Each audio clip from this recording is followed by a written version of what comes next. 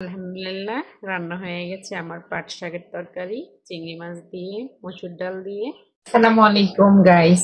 আজকে আমি রান্না করব হচ্ছে যে পাট শাক দিয়ে, মসুর ডাল দিয়ে, চিংড়ি মাছ দিয়ে, ছোট চিংড়ি মাছ দিয়ে। চলেন আগে শাকগুলা সুন্দরভাবে কেটে নিই।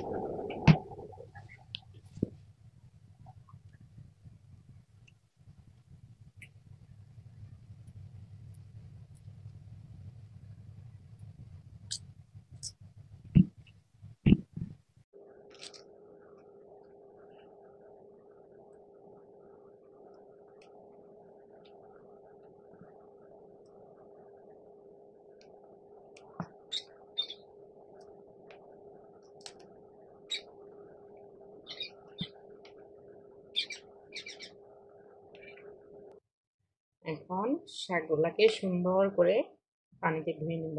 অল্প একটু শাক হয়ে গেছে, অনেকগুলো নিয়ে আসছে, চারাটি নিয়ে আসছিল, শাক কমে গেছে।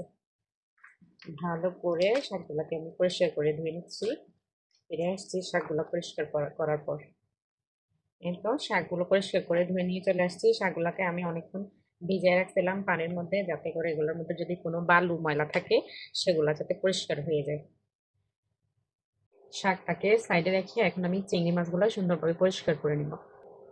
এই যে কিছু ছোট চিংড়ি মাছ নিয়ে নিয়েছি, এখন এগুলাকে সুন্দর করে পরিষ্কার করব। এভাবে ধরে এভাবে আমি সবগুলো পরিষ্কার করে নেব।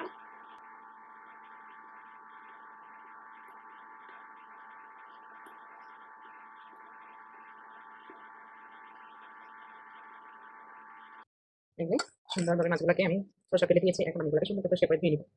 তো মাছগুলোকে একদম পরিষ্কার করে ধুয়ে নিয়েছি, এখন রান্নার প্রসেসে চলে যাবো। এখানে পেঁয়াজ, মরিচ, টমেটো সবকিছু কেটে নিয়েছি, এখন রান্নায় চলে যাবো। চুলায় একটা পাতিল বসিয়ে দিয়েছি, এখন পরিমাণ মতো তেল দিয়ে দিব। তেলটা গরম হলে তার মধ্যে পেঁয়াজ অ্যাড করে দিব। তো তেল গরম হয়ে গেছে, পেঁয়াজটা দিয়ে দিব।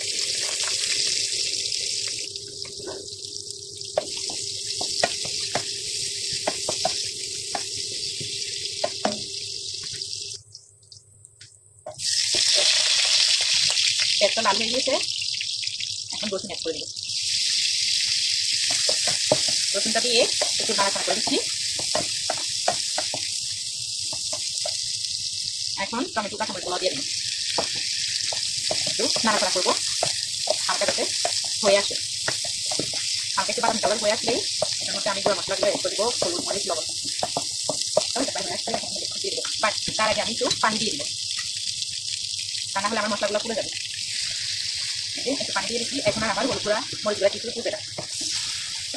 এখন আমি হলুদ মরিচ গুঁড়াগুলো দিয়ে দিব।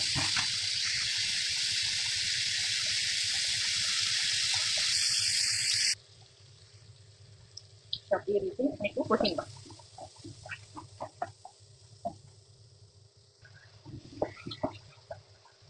মশলাটা কষানো হলে এখানে মসুর ডাল দিয়ে রেখেছি, এই মসুর ডালটা দিয়ে মশলাটা কষানো হয়ে গেছে, এখন ডালটা দিয়ে দিলাম।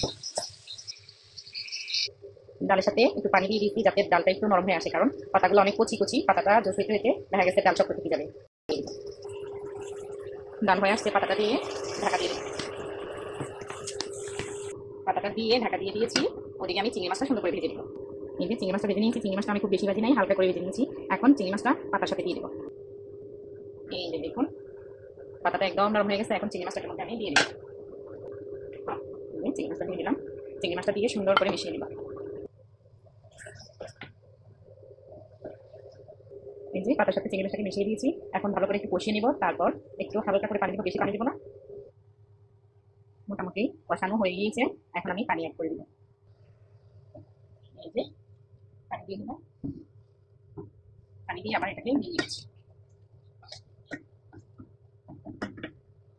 এই তো প্রায় হয়ে গিয়েছে আমার আমার তরকারি খাওয়া গেছে। এই তো আমার তরকারি রান্না প্রায় কমপ্লিট হয়ে গেছে, এখন আমি সার্ভ করে নিব।